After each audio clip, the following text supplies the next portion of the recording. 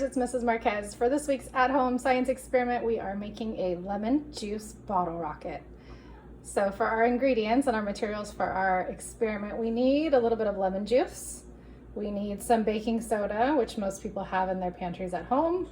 You need a 1 teaspoon measuring spoon, a cork of some kind, a bottle, like a soda bottle or a water bottle. My cork does not fit tightly in my water bottle, so I also have some tape, some pieces of toilet paper, and some regular tap water.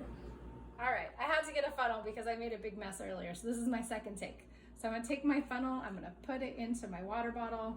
If you don't have a funnel, do this over your sink. So you're gonna take your lemon juice and pour in about 1 inch of lemon juice.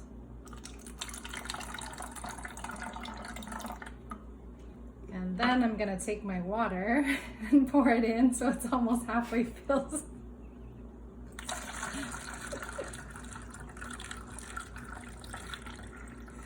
All right, that looks good. So when we come back, I'll show you how to put the baking soda in the toilet paper. Right, I have an assistant with me now. Assistant Cameron, say hi. Hi. Okay, we're gonna take 1 teaspoon of baking soda and put it in the middle of a couple pieces of toilet paper. And then Cameron's gonna wrap up the toilet paper and make a little pouch for our baking soda. All right, we're gonna head on outside because we don't wanna explode our lemon juice bottle rocket in the house. See you in a second. We moved outside because this is gonna make a big mess. And I have my baking soda in my little pouch. What I'm gonna do is I'm going to put it in my water bottle and then put the cork on top and shake it up. This is the 3rd time we've tried this experiment, so we'll see if this time works. And one of the things about being a scientist is if something doesn't work, you try it again. So here we go. If your cork doesn't fit tightly in the bottle, wrap it in tape like I did on this one.